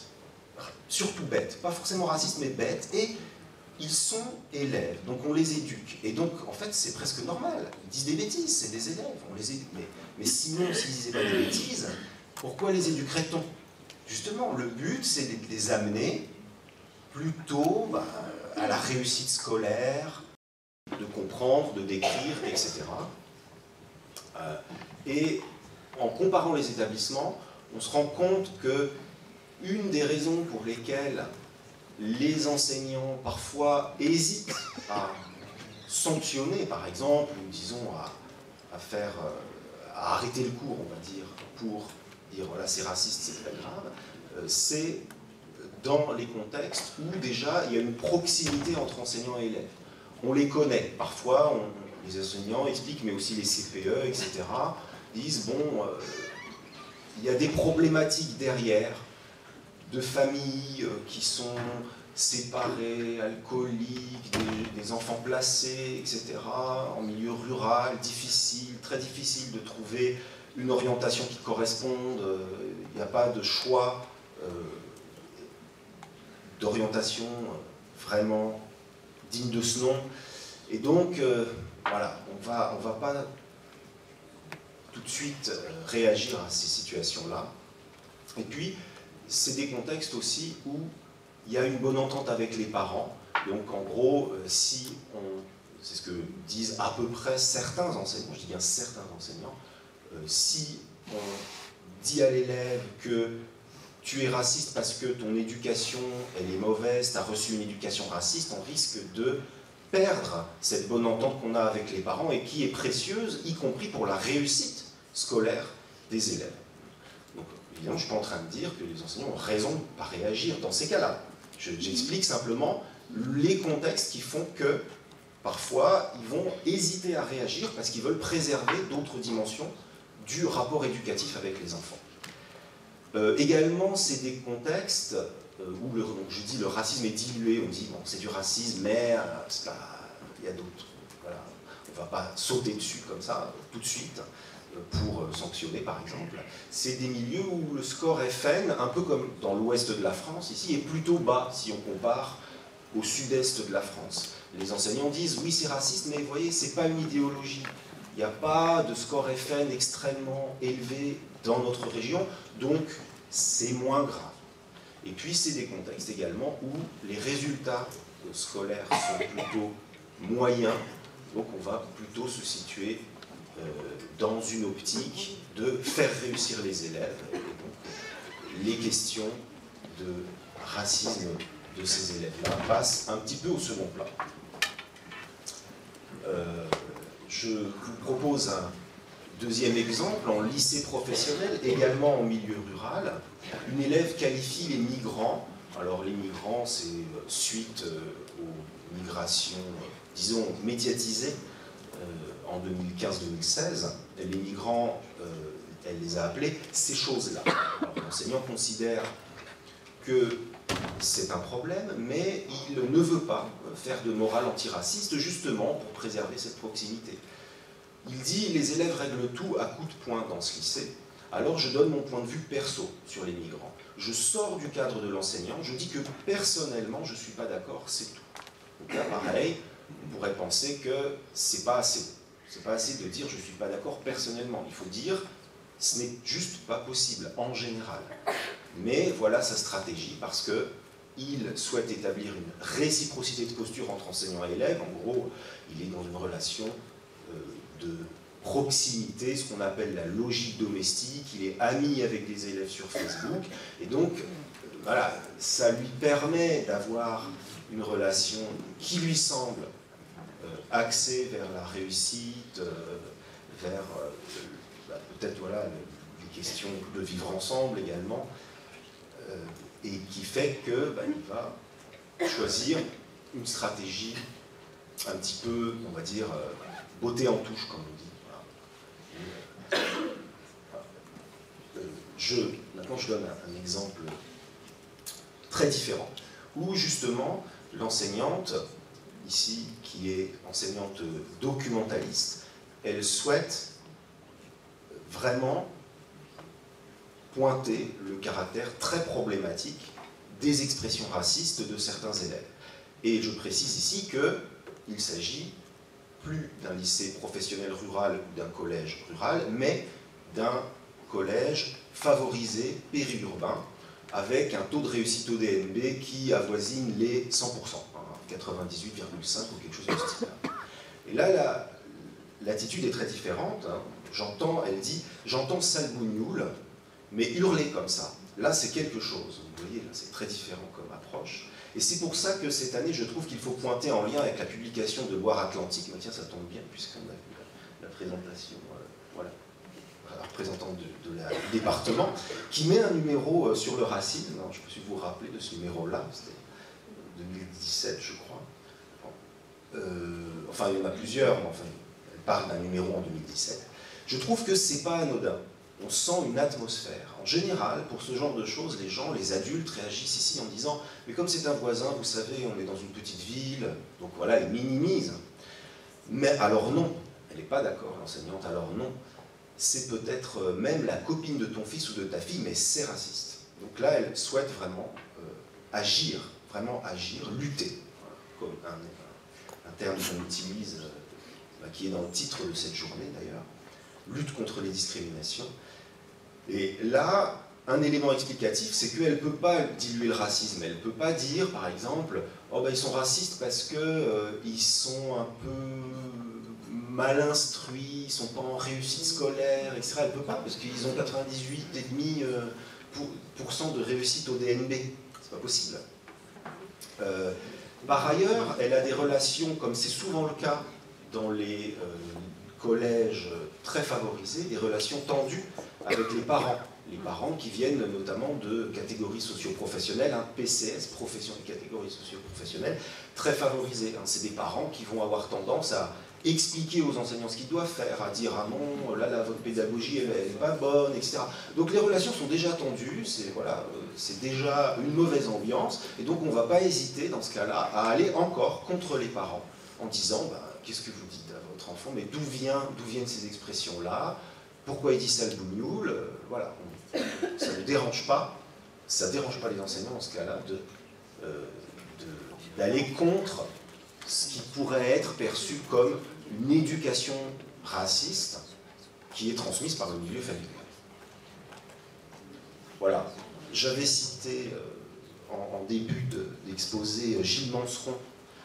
Là, je cite un auteur qui a une perspective très très différente et que vous connaissez aussi peut-être, Pierre-André Taguieff. Alors, pareil, je les cite tous les deux. En gros, Gilles Manceron, il est plutôt, il y avait Fabrice Dume qui était cité tout à l'heure, c'est plutôt de ce côté-là, et Pierre-André Taguieff, plutôt du côté du républicanisme strict. Et voilà, donc là, j'ai donné la parole à Manceron au début, moi je donne la parole à Taguieff ici. Les deux, en fait, sont d'accord là-dessus.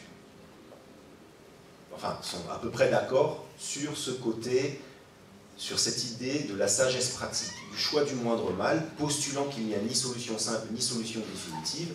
C'est la voie de ce qu'on appelle dans la tradition aristotélicienne la prudence phronésis. C'est simplement pour rappeler le caractère complexe du travail enseignant, le fait qu'il n'y a pas de recette, et que pour lutter contre le racisme, il faut aller voir les différents contextes, sans évidemment que je puisse vous donner des solutions, plutôt des questions que des réponses. Donc je vous propose plutôt des questions que des réponses.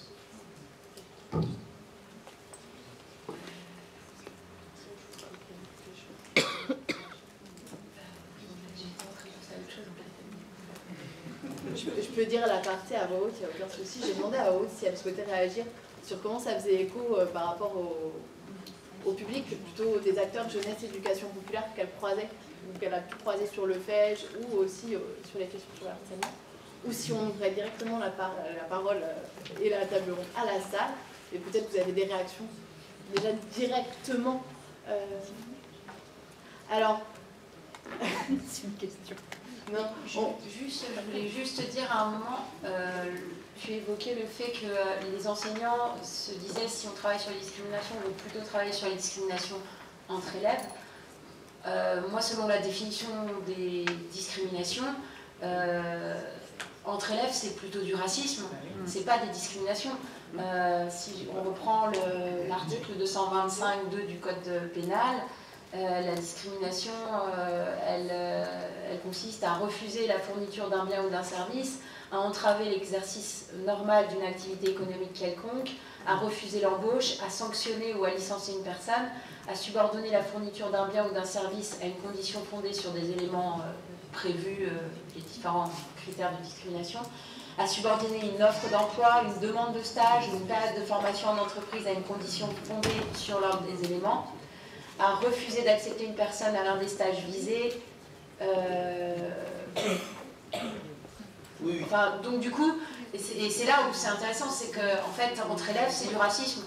Si on est vraiment sur la question de discrimination. Et donc on voit que ça restreint beaucoup le champ, et ça vient expliquer pourquoi au final il y a peu d'actions, parce que ça restreint très fortement le champ. Oui, alors, c'est pour ça que au début je disais par rapport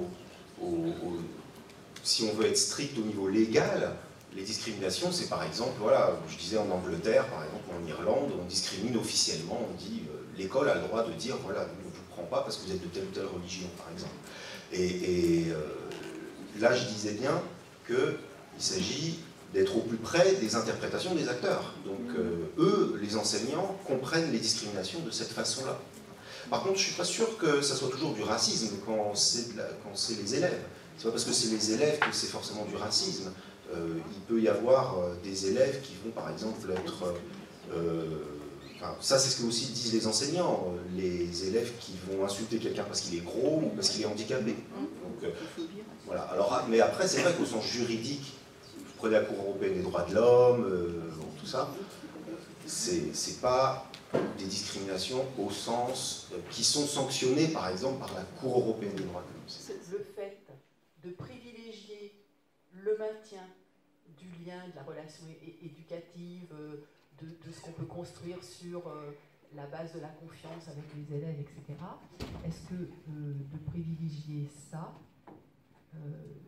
ça ne participe pas, enfin,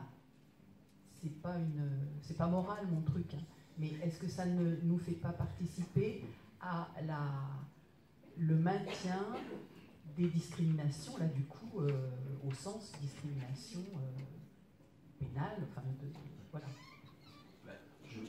Je peux essayer de répondre. Facteur, mais c'est une question que je me pose aussi. Oui, on est là pour partager des réflexions. On n'aura peut-être pas forcément les réponses à toutes les questions. On partage des réflexions collectivement. Je crois qu'il n'y a pas vraiment de réponse qu'on peut donner hors contexte, justement. Et par contre, ce qu'on peut dire, c'est qu'il y a les deux écueils. C'est d'une part ce que vous dites, laisser penser finalement que ces paroles sont normales, finalement, voilà, que c'est acceptable. Mais l'autre écueil, c'est le moralisme. Et on sait très bien que dans la lutte contre le racisme, le moralisme, non seulement ça ne marche pas, mais c'est presque contre-productif. C'est comme un peu comme la lutte contre les théories du complot. On va expliquer aux élèves... voilà, le rappel à la loi est moral. Oui, alors voilà, c'est vrai que dans ce cas-là, il faut il y a des postures possibles qui sont intermédiaires, qui vont expliquer aux élèves que voilà, si vous dites ça à l'école, là c'est bon, vous risquez pas grand-chose, effectivement. Mais si vous le dites ensuite sur le lieu de travail ou n'importe où, là vous risquez d'être puni vraiment sévèrement par la loi. Ça c'est je crois en général le rappel à la loi, sans forcément dire qu'on applique tout de suite la loi, mais dire voilà, la loi elle est comme ça. Et puis vous pouvez la changer aussi si vous voulez, parce que vous serez citoyen, vous pourrez voter, vous pourrez manifester. Donc c'est pas une loi qui est figée, donc en ce sens c'est pas moraliste aussi de dire un rappel à la loi. Mais la loi elle est comme ça, voilà ce que vous risquez. Bon après le rappel à la loi ça va pas non plus forcément changer l'opinion de l'élève. Il y a beaucoup d'élèves qui savent très bien ce qu'il ne faut pas dire en classe, par exemple, mais ils n'en pensent pas moins. Est-ce que c'est une éducation contre le racisme de faire un rappel à la loi? J'imagine qu'une éducation contre le racisme, c'est davantage que ça. C'est une... Ouais, voilà, oui, voilà. Donc, moi, je suis pareil, je suis dans les questions. Je voulais faire une réponse courte. Et puis... Je pense que cette question, elle sera également travaillée cet après-midi à un atelier sur pédagogie de l'opprimé, pédagogie critique de la norme, quelle pédagogie, quelle posture, et en fonction aussi d'où je me situe. Donc certainement d'autres pistes de réflexion. Tu voulais compléter sur cette question? Oui, je voulais compléter par rapport à cette question des enseignants et de la verbalisation, les situations que font les enseignants, les explications qu'ils donnent, et comment ça peut participer sans le vouloir. Je cite beaucoup Yannick Lorty aujourd'hui, qui dit que voilà, la discrimination, c'est aussi des personnes qui sont des auteurs de discrimination qui sont victimes de leurs stéréotypes. Et je voudrais donner un exemple qui montre aussi la nécessité d'avoir en tête le contexte et l'ensemble des éléments pour pouvoir comprendre. Donc j'ai fait une enquête il y a quelques années sur les stages de 3e. A priori, donc c'est pas un stage d'ailleurs, c'est une séquence d'observation en milieu professionnel. C'est le terme exact de l'éducation nationale. Et donc, a priori, il n'y a pas nécessairement besoin d'avoir des compétences, des aptitudes, un CV, des diplômes, etc. Logiquement, ils viennent observer, vous en avez peut-être vu, ils viennent observer pendant 3 jours. Voilà. Or, on avait un échantillon de 30 établissements, milieu rural, milieu périurbain. On avait pris, vous savez, alors c'est peut-être pas sur toutes les académies, mais il y a des académies où il y a des sous-catégories d'établissements, catégorie de 1 à 5, pour faire état de la diversité sociale des établissements. Alors moi, comme je suis située en région parisienne, j'avais le terrain de région parisienne. Alors, je ne sais pas si ça vous dit quelque chose, mais j'avais Mantes-la-Jolie. On avait pris de 78 parce que c'est là où il y a le plus d'écart. J'avais Mantes-la-Jolie versus Versailles. Et entre deux, quand même, 8 mai. Je ne sais pas si ça vous dit quelque chose. Donc, très forte, très grosse différence de contexte d'établissement. Alors bien sûr, il y a des élèves qui ont beaucoup plus de difficultés à trouver un stage de 3e le réseau des parents. À Versailles, par exemple, c'est les parents qui gèrent la recherche de stage, les enseignants n'ont pas cette charge-là. En revanche, à Mantes-la-Jolie, il n'y a pas de forum des métiers des parents, les parents n'ont pas le réseau permettant d'accueillir les enfants en stage, donc les enseignants se trouvent avec la responsabilité de trouver 60 stages. Donc ce qui est une lourde responsabilité, d'autant que la majeure partie du temps, les enseignants n'habitent pas à Mantes-la-Jolie, voire ne sont pas du tout de Mantes-la-Jolie, donc du coup, ils n'ont pas non plus le réseau sur le territoire pour répondre à ce besoin. Et je vais vous donner un exemple qui est dans l'explication d'une même situation selon le contexte dans lequel on est. Alors, en gros, donc à Mantes-la-Jolie, les Mureaux, enfin après vous avez plusieurs territoires de ce type. On a cette population à Mantes-la-Jolie, les Mureaux, versus Versailles, catégorie socio-professionnelle élevée et jeunes, majoritairement blancs.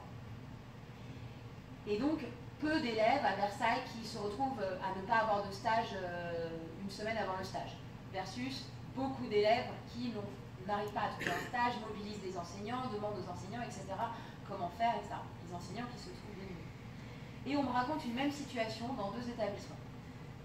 Dans un des établissements, à Versailles, un enseignant m'explique, bah voilà, nous, il y a quelques jeunes qui n'arrivent pas à trouver, mais bon, c'est normal, ils se présentent sur le lieu de stage, sur le futur lieu de stage, avec leur sac à dos, leur sweat à capuche, enfin, ils font très ados, très jeunes, et du coup, ils ne sont pas pris. Alors, voilà, maintenant, je vous donne un argument qui m'a été donné à Mantes-la-Jolie. Voilà, nous, on a des jeunes qui se présentent sur un futur lieu de stage avec un sac à dos, un sweat à capuche. Enfin, ça fait très racaille, jeunes de quartier, et donc du coup, ils ne sont pas pris. Sachant que je m'appuie sur les travaux de Truon, par exemple, ou de Sauvadet, qui met en avant le fait que derrière le jeune de banlieue, il y a un certain nombre de critères supposés, c'est-à-dire noir ou arabe, de milieu populaire, et un garçon et délinquant. Et donc, du coup, ce qui est intéressant, c'est qu'on a une même situation, sauf qu'on a, dans un cas, une situation qui est associée, c'est-à-dire le jeune n'a pas trouvé de stage du fait de son jeune âge, versus du fait de sa catégorie sociale et ethnique et culturelle. Et donc, c'est une explication qui va après entraîner des actions. Des actions, c'est-à-dire comment je vais agir, accompagner, quel discours je vais avoir